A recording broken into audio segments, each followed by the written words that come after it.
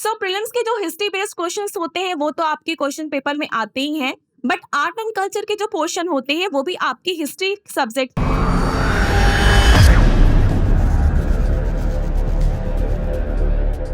Hello everyone, I'm Shakiba and today I'm going to tell you about what are the importance of taking history optional in UPSC exam. So let's have a look here. Pros of taking history optional in UPSC mains. History is an all-weather optional with considerable preparation, at least an average score is ensured despite the difficulty level. It is a foundational subject for UPSC preparation. It means it is useful in prelims exam. It is useful for writing better answers in the mains exams. History provides case studies for essay writing. Okay. In interviews also it is helpful. A strong historical knowledge helps put a better viewpoint to the interview panel. Most importantly, direct sources are available for most parts of the syllabus. A student need not waste time searching the sources provided they get the best guidance. Okay. सबसे पहले तो हम बात करेंगे कि इसके क्या क्या प्रोज हैं, ठीक है, क्या क्या इसके एडवांटेजेस हैं। सो जैसे हिस्ट्री के क्वेश्चंस जो हैं वो आपके प्रीलिम्स में भी पूछे जाते हैं, ठीक है। आपके मेंस एग्जाम में आंसर राइटिंग के टाइम भी आपकी हिस्ट्री के मोस्टली क्वेश्चंस पूछे जाते हैं। एंड आपका हिस्ट्री जो है वो एस्से राइटिंग में जो केस स्टडीज होते हैं उससे रिलेटेड भी है। जब आप एस्से राइटिंग कर रहे हो तो उसमें भी आप हिस्ट्री के पॉइंट्स लिखोगे, ठीक है, तो वो आपके लिए काफी हेल्पफुल होगा। एंड मोस्ट इम्पॉर्टेंटली आपके इंटरव्यू में भी जो क्वेश्चंस पूछे जाते हैं, ठीक है, जो इंटरव्यू पैनल में होते हैं वो आपके पास रिलेटेड जो भी हिस्ट्री के क्वेश्चंस होते हैं वो आपके उसी से रिलेटेड होते हैं, ठीक है। तो स्टूडेंट को एक अच्छी गाइडेंस मिल जाती है कि उनका प्रीलिम्स, मेंस, इंटरव्यू जो कि तीनों स्टेजेस आपके यूपीएससी एग्जाम्स में मोस्ट इंपॉर्टेंट होते हैं, उसमें आपका हिस्ट्री काफी हेल्पफुल प्रूफ होता है। नेक्स्ट, ओके, इन प्रीलिम्स, अब प्रीलिम्स में कैसे ये इंपॉर्टेंट है। History is one of the core subjects of the prelims exam. It helps the students to get good scores in the history portion as well as the art and culture portion of the prelims. So prelims के जो history based questions होते हैं वो तो आपके question paper में आते ही हैं, बट आर्ट एंड कल्चर के जो पोर्शन होते हैं वो भी आपकी हिस्ट्री सब्जेक्ट से रिलेटेड होते हैं, तो वो आपको प्रीलिम्स में काफी हेल्पफुल प्रूफ होता है। नेक्स्ट, इन मेंस एग्जाम, अब मेंस एग्जाम में कैसे ये इंपॉर्टेंट है इस पे हम बात करते हैं। GS paper 1, GS paper 1 syllabus includes Indian history, world history and art and culture. Reading history subject becomes unavoidable for getting good scores in GS paper 1. Nearly 40 to 45% of weightage is allocated to the history subject. It shows that studying history optional helps and also saves time for preparing general studies paper 1. Society syllabus is also a part of GS paper 1. Good command of history is helpful in studying and writing answers to questions about Indian society. Okay, अब mains exam में ये कैसे important है, तो सबसे पहले हम GS paper 1 की बात करते हैं। जीएस पेपर 1 में आपका Indian history, world history and art and culture की जो पोर्शन है ये भी आपका हिस्ट्री से रिलेटेड होता है। एंड नेक्स्ट आपके 40 to 45% जो वेटेज होते हैं वो आपकी हिस्ट्री सब्जेक्ट से रिलेटेड होते हैं। रीडिंग हिस्ट्री जो है, अगर आप हिस्ट्री पढ़ते हो तो आपकी जो आंसर राइटिंग होती है उसमें भी आपका गुड स्कोर होता है।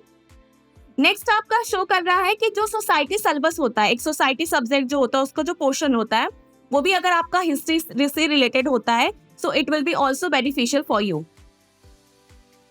नेक्स्ट है इन जीएस पेपर 2, 3 and 4.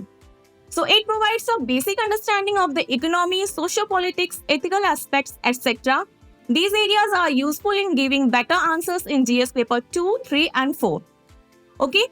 सो अब जीएस पेपर 2, 3, 4 के लिए कैसे इंपॉर्टेंट है, क्योंकि आपका जो बेसिक अंडरस्टैंडिंग होती है जो इकोनॉमी पोर्शन से या सोशल पॉलिटिकल्स या एथिकल एस्पेक्ट्स होते हैं, ठीक है, उसमें भी आपको आंसर राइटिंग में काफी हेल्प मिल जाती है।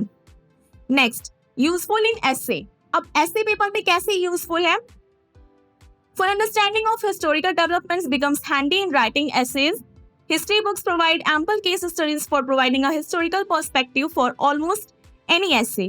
ठीक है, अगर आप कोई essay राइटिंग कर रहे हो, आप essay लिख रहे हो, तो उसमें भी क्या होता है कि आप जो उसको लिंक करते हो अपने आंसर राइटिंग में, पास से रिलेटेड इश्यूज हैं आपके, तो वो भी आपका कहाँ से आता है, हिस्ट्री सब्जेक्ट से आता है। Next, improve reading habit. ठीक है, आपकी रीडिंग हैबिट को इम्प्रूव करता है। कैसे? History is an interesting subject. It is interesting to read and understand like a story. A student can develop a good reading habits as well. Knowing history is always fun as it does not require any complex formula or principles to understand. Simple analysis and logic are enough to read with fun. This reading habit increases the possibility of a student in gather a lot of knowledge in the process of UPSC preparation. History can be understood in chronological order. It enhances the brain's capacity to interlink various dimensions in other subjects as well. Okay. First of all, ये काफी interesting subject है, ठीक है, बिल्कुल story की तरह आप इसको पढ़ सकते हो, स्टोरी की तरह आपको याद भी रह सकता है, क्योंकि हम सुनते आ रहे हैं जो भी चीजें अब तक पास्ट में हुई है, ठीक है, कहानियों के थ्रू हमें काफी सारी चीजें पता है, और काफी सारी चीजें अगर हम पढ़ते हैं, अगर उसको हम लिंक करके पढ़ते हैं स्टोरी से रिलेटेड, तो हमारे लिए काफी ईजी हो जाता है याद करने में, मेमोराइज रखने में, ठीक है। So it will be fun, और आपकी अच्छी रीडिंग हैबिट होती है तो आपको आंसर राइटिंग लिखने में भी काफ़ी मदद मिल जाती है, ठीक है, थिंकिंग एबिलिटी भी अच्छी हो जाती है। So let's next, easily measurable targets. It is more static in nature. The syllabus is clearly defined. Once the syllabus is covered, it will give a sense of completion in preparation. In general studies papers, writing about the things gives depth to your arguments. Here, history preparation can help. Okay. और एक चीज और है, जैसे बाकी subjects में आपका क्या होता है कि चीजें जो होती है वो चेंज होती जाती है, बट हिस्ट्री में जो चीजें आपके पास्ट में हुई हैं, ठीक है, वो चेंज नहीं होंगी, वो एज इट इज रहेंगी। तो अगर मान लिया कि आपका एक से ज्यादा अटेम्प्ट भी होता है, ठीक है, तो बस आपको क्या करना है, सिंपली रिवाइज कर लेना है जो भी हिस्ट्री में था, जो चीजें भी अब तक हो चुकी है, ठीक है, और आपको ज्यादा उसको रटने की भी जरूरत नहीं है, क्योंकि आप अगर उसको स्टोरी के थ्रू पढ़ते हो तो वो चीजें आपको वैसे भी याद रहती हैं, ठीक है। तो अगर आपके मल्टीपल अटेम्प्ट्स भी हो जाते हैं और आपने हिस्ट्री ऑप्शनल चूज किया है, तो बस आपको रिवाइज करने की जरूरत है। Next, cons of history optional in UPSC mains. Okay, interest to study history is the main factor in handling the subject. If a student is not inclined to study past development, it becomes a challenge to handle the subject. Okay, need to improve writing skills to provide a better presentation and get a good score. Though it is a safe option to get the minimum score, it requires more effort to get very high scores compared to options like maths and science.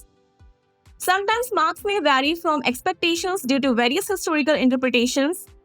Popular belief is that elephantine memory is required for dates and names of all historical events.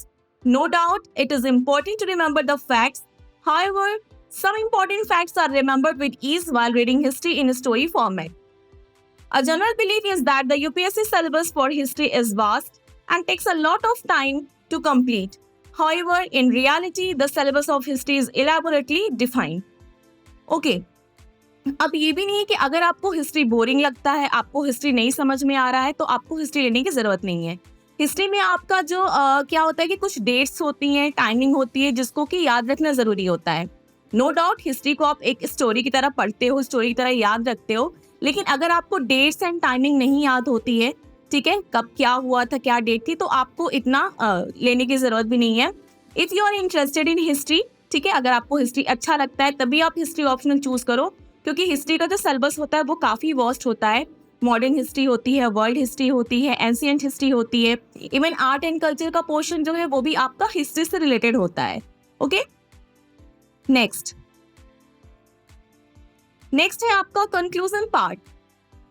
So in conclusion, taking history optional in UPSC means can provide a number of benefits to the student, such as an in-depth understanding of the subject, an opportunity to show their knowledge and skills, and the ability to develop a unique perspective on the subject.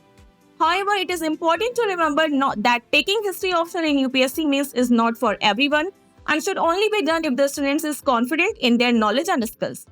Okay? So last time भी मैं यही बोलूंगी कि जरूरी नहीं है कि सभी स्टूडेंट्स जो हैं वो हिस्ट्री ऑप्शनल चूज करें। अगर आपको हिस्ट्री इंटरेस्टिंग लगता है तभी आप हिस्ट्री ऑप्शनल चूज करिए। अगर आपको बोरिंग लगता है, आपको नहीं समझ में आ रही चीजें, so go through for other optional. Okay, so that's all from my side. Thank you so much, have a nice day.